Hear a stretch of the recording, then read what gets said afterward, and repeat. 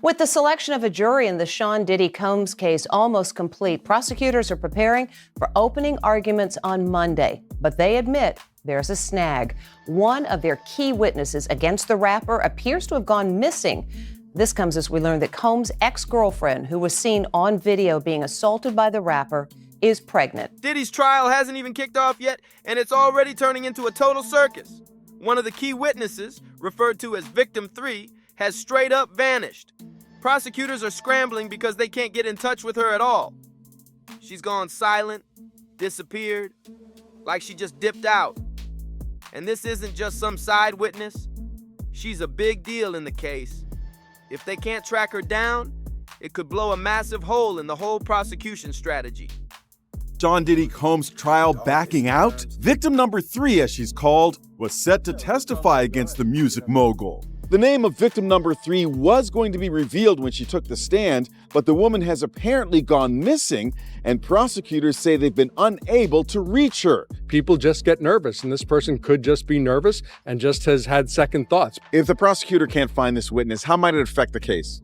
Look, I don't think it's going to have a tremendous effect. The prosecution is going to call a number of alleged victims. So look, this is just one less. Someone else is also getting cold feet. A juror sent an email to the judge asking to be removed from the panel for issues of personal well-being. A lawyer keeping an eye on the chaos broke it down like this. Losing someone as crucial as Victim 3 could seriously mess up the prosecutor's plans to take Diddy down. He explained that with all the spotlight and drama surrounding a case this massive, some people just want out. They don't want their name dragged through the headlines. But he still thinks the prosecution might find a way to keep things moving if they're not counting on her alone. Another lawyer jumped in, saying that when a key witness bails, it cranks up the heat in court big time. And with only a small number of alleged victims actually willing to speak publicly, despite the flood of lawsuits and claims, it could totally shift the strength of the entire case. Meanwhile, a former FBI agent told News Nation that witnesses in high-stakes trials like this are likely being protected while things play out, which just adds even more mystery to what's really going on behind the scenes. These testimonies are going to be extremely important. Building a case against someone as high profile as Diddy is not an easy job. So I'm going to bring in former FBI agent Bobby Chacon to talk more about this. So off the bat, Bobby, how do you build a case against a celebrity as well-resourced and powerful as Diddy? Well, it takes a lot, Sylvia, as you know, because the allegations in this case range from like 2004 to 2024. So this is going to be going on for 20 years, and they're finally getting around to charging him now and trying now. That's because it's so difficult to get people who are not afraid to come forward. This person was powerful. They were rich. They had a lot of influence. They were allegedly violent. So all of those things add up to making it very difficult for investigators to get people to talk to them about these. You add in the fact that many of these things are embarrassing. They're of a sexual nature. They're private. They take place behind closed doors. Diddy's facing some wild accusations, real serious ones. The feds are saying he ran a whole criminal empire straight through his businesses, like Bad Boy Entertainment, turning the music game into something way darker.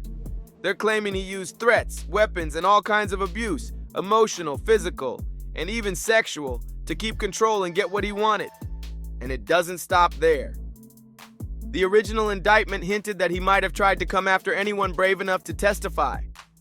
Prosecutors are even saying he's been messing with witnesses while locked up, trying to scare folks into staying quiet. Well, I mean, on the surface, if the prosecutor's claims are true, this seems like pretty much textbook witness tampering, right? I mean, it appears to be an effort to either, in some cases, intimidate witnesses from testifying against him, or there have been other reports of sort of inducing people to make statements in his defense. There was some allegation that in one instance this was a statement that he, in essence, dictated or drafted with a woman who made a statement that was attempting to rebut one of the accusers, I believe, in a civil case against him. I mean, witness tampering is bad. The things that Sean Combs is accused of are terrible. He pleads his innocence. The justice system will presumably work its way through. Diddy's staring down some heavy charges, stuff like racketeering and even transporting people across state lines for prostitution. If the court finds him guilty, he's looking at 15 years minimum and possibly life behind bars. He's still claiming he's innocent, but the drama started before the trial even got rolling. Jury selection's already hit roadblocks. People are backing out, not wanting any part of a case this huge and explosive. The judge is moving slow on purpose, saying they're trying to be extra careful to keep everything smooth. Meanwhile, Johnny Depp's lawyer, Ben Chu, dropped some hot takes about the kind of jurors Diddy should be hoping for. I think you want somebody who wants to serve, someone eager to serve, because that suggests that person might be inclined toward a celebrity like Diddy. I would also, in this case, I would want men, not because men support abuse, but I could see this being very difficult for women jurors. I would want younger jurors as well. I don't know that older jurors would be good for him. Do you care where they get their news? Do you care if they go on social media? I wouldn't care so much about social media. Certainly watching you on Law and Crime would be a real problem. But no, I wouldn't care too much. I mean, in fact, if they were reading the celebrity media, TMZ, Rolling Stone, that might be an encouraging thing for Diddy's counsel. Now, Ben, according to the court today, they expect preemptory challenges on Friday. Diddy's legal team is gearing up to say that not all of his past relationships were one-sided. They're trying to spin it, like sometimes both parties acted out. But that angle could seriously backfire. Legal insiders are warning that just because things were messy on both ends, it doesn't erase the accusations against him. What really counts here is who held the power.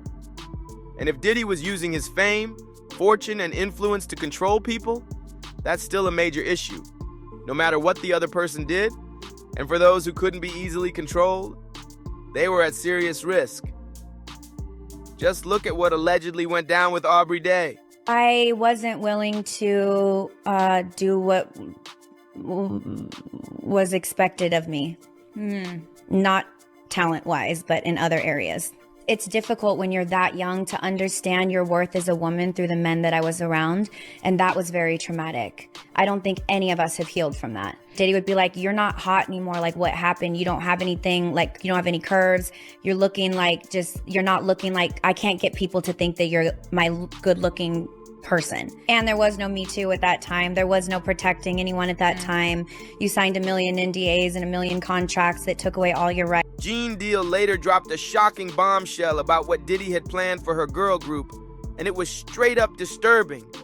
She said he was plotting to exploit them and use their image for his own twisted gain. In her words, he wanted to pimp them out. Because I heard him, and I'm giving you this, Aubrey.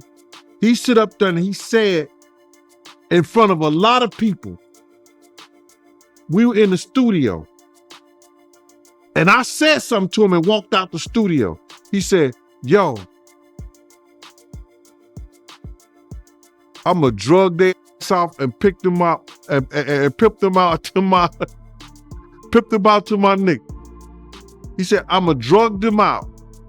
I'm going to get them all on drugs, and I'm going to pimp their ass out to my nigga. I was like, them somebody kids, and walked out. And it's somebody that heard me. It's somebody that heard me. I mean, well, it's not only somebody that heard me, it's somebody that I know who was in the studio at the time that happened, and I still talk to him today.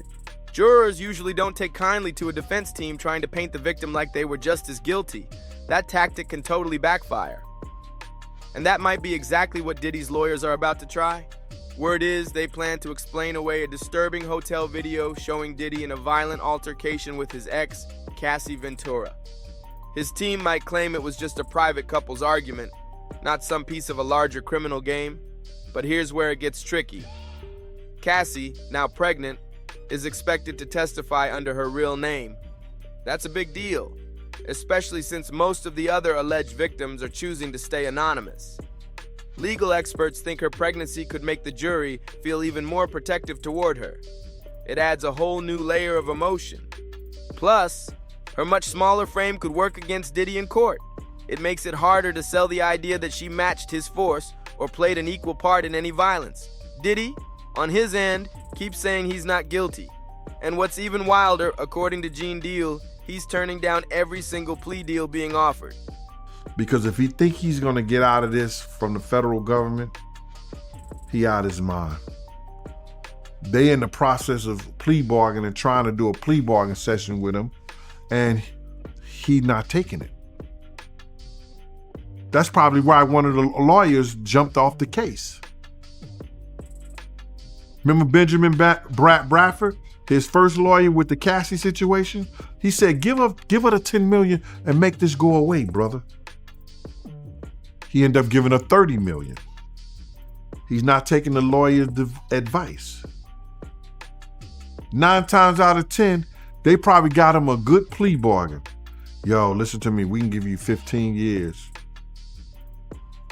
10 or 15 years. You do that, you come out, you only have to do like 12, 13. Come off to a halfway house. You still can live some of your life out as a free man. By the end of this week, the jury's expected to be locked in, and it's a crazy fall from grace for someone who used to be a music industry giant. Diddy was once a billionaire hitmaker, running the game as a rapper, producer, and business mogul. But now, he's standing in court, facing the heat, and possibly dealing with a tidal wave of legal trouble coming straight at him. The federal government do not want to go to court. 9 times out of 10, they want a plea bargain with you. You understand? You accept the plea, you accept the time, you go ahead, you save the government money, you save them time and effort and manpower. If you don't believe that that white guy was a plant, then something is wrong with you. He done sold them enough drugs, but they haven't hit him with that charge.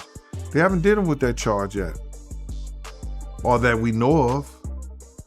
If you don't believe that they're gonna try to hit him with those guns in there, they saving all that for last. The drugs, the guns.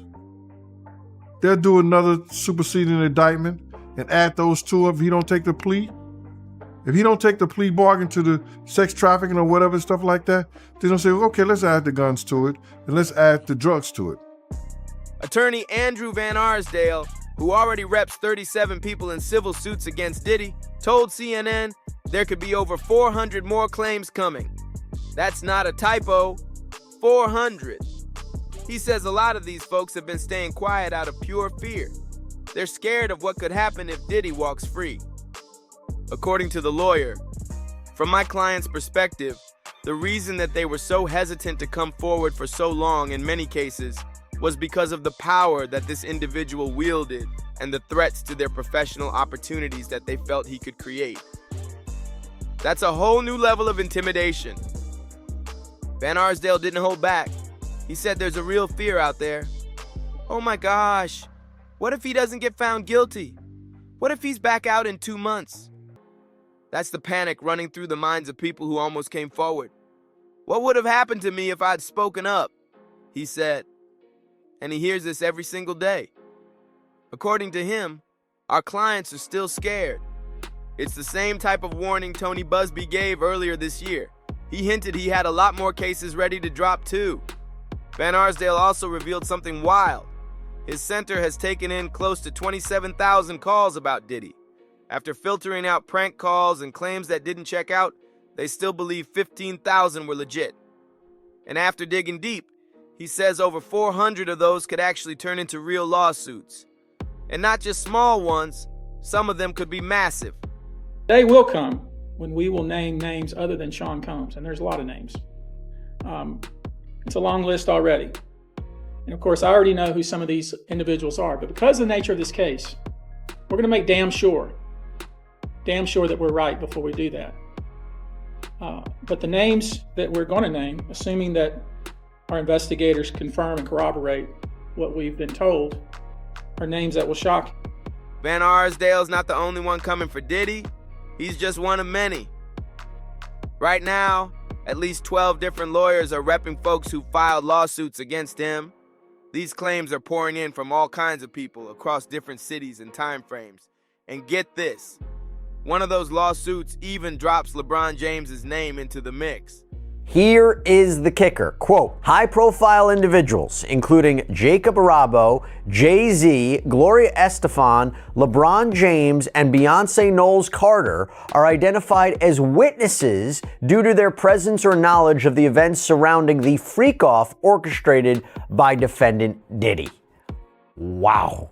And Freakoff, of course, is something that we've heard many times before, both in Combs' criminal case and other civil cases, to describe these prolonged sexual episodes, usually with sex workers. But Manzaro is suing Sean Combs. He is suing a man named Eric Mejias. He is suing Brendan Paul, who's been described in another lawsuit as Sean Combs' drug mule, Emilio Estefan, who is married to pop superstar Gloria Estefan, and Adria English, who filed her own lawsuit against Sean Combs, claiming she too was a victim of sex trafficking. By the way, it's interesting he's not suing these other celebrities that I mentioned, like Jay-Z and Beyonce and Gloria Estefan, possibly because he doesn't believe their alleged liability amounted to a civil claim, but seems to want to call them as witnesses at a trial, although I have to imagine they will do everything in their power to quash any subpoena should this case progress, and we'll talk a little bit more about whether or not it will. Prosecutors just dropped new evidence,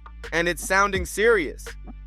Word is, it's tied to the civil lawsuits already piling up against Diddy. The court docs have been heavily redacted, but legal insiders are saying it looks like the feds might be hinting at disturbing behavior involving underage individuals. That's a major red flag. They're reportedly trying to prove there's a pattern here. With more than 36 lawsuits filed and that shocking video of him attacking Cassie, it's starting to look like the walls are closing in. If things keep going this way, jail might not be far off for Diddy. The allegations implicate dozens of unidentified witnesses and alleged co-conspirators around the world, and some of the key witnesses to the supposed incidents are dead. Basically meaning, how can we defend against it? The defense is not even permitted to share the identities of the individuals described in the disclosure letter with Mr. Combs until April 18th, further hampering defense counsel's ability to investigate. Collectively, these new allegations require many months, if not years, to investigate, and if admitted, would require a series of mini-trials, certain to double the length of a trial the government originally said would last 3 weeks. So this is an explosive allegation that on its face, I don't know if I necessarily disagree with. If they are bringing in evidence of uncharged conduct, wouldn't the defense have an opportunity to investigate it and challenge it? It seems like they're making a point. So if this evidence is allowed in, there is a chance this could delay the trial significantly. We all know Combs wants to go to trial, but how can he properly defend himself against this in just a few weeks? This latest court motion came after Diddy's team struck out 4 times trying to get key evidence and expert witnesses tossed. His lawyers argued that all the Freakoff tapes and baby oil seized from his mansion were grabbed illegally, claiming the search warrants weren't properly filed. They wanted the court to throw everything out and mark it as inadmissible. But Judge Aaron Subramanian wasn't buying it. He ruled that all the submitted evidence is staying in. That means there's a real chance those infamous Freakoff tapes could end up being played out loud in front of the whole courtroom. Remember, federal agents from Homeland Security Investigations were hardly shy when they raided Sean Combs' opulent homes in Los Angeles and Miami, guns drawn. The jailed music mogul now argues those searches and other searches of his iCloud accounts, electronic devices, and New York City hotel room following his arrest were unconstitutional. His lawyers argue evidence obtained through those searches must be suppressed. Diddy's lawyers say the government presented a grossly distorted picture of reality when applying for the search warrants, omitting certain facts and including salacious details from an unnamed producer that were never credible. Combs has pleaded not guilty to racketeering conspiracy, sex trafficking, and prostitution charges. The defense is also arguing here his ex-girlfriend, Cassie Ventura, was a willing participant in drug-fueled sex performances called Freakoffs not coerced as prosecutors allege. This latest challenge to his case comes 3 months before trial, and as Combs loses one of his attorneys, Anthony Rico says under no circumstances can he continue to represent Combs. He offered no details about that decision, Robin. Out of the 60-plus civil cases stacked up against Diddy, 2 have already been dropped. One woman refused to reveal her identity and pulled the plug on her lawsuit. Another backed out after filing against both Diddy and Jay-Z. Once Jay-Z publicly denied it all and her story started falling apart, she let it go. Diddy's legal team isn't missing a beat either. They've been calling out more inconsistencies. One male accuser went on CNN in December 2024, but the details he gave didn't match what he filed in court. Van Arsdale chalked it up to a paperwork error that's already been fixed. He also reminded everyone that Diddy's civil and criminal cases are completely separate. Van Arsdale also dropped a big one. Some of his clients are now working with federal investigators and could even testify. He said many of them never thought they'd get this chance, but now they finally feel like the system might actually be listening. My clients will be ecstatic if and when he's convicted guilty and behind bars, he said. But real healing starts with true accountability. If you're keeping up with this wild case, make sure to like, subscribe, share, and drop your thoughts in the comments. We'll catch you on the next one.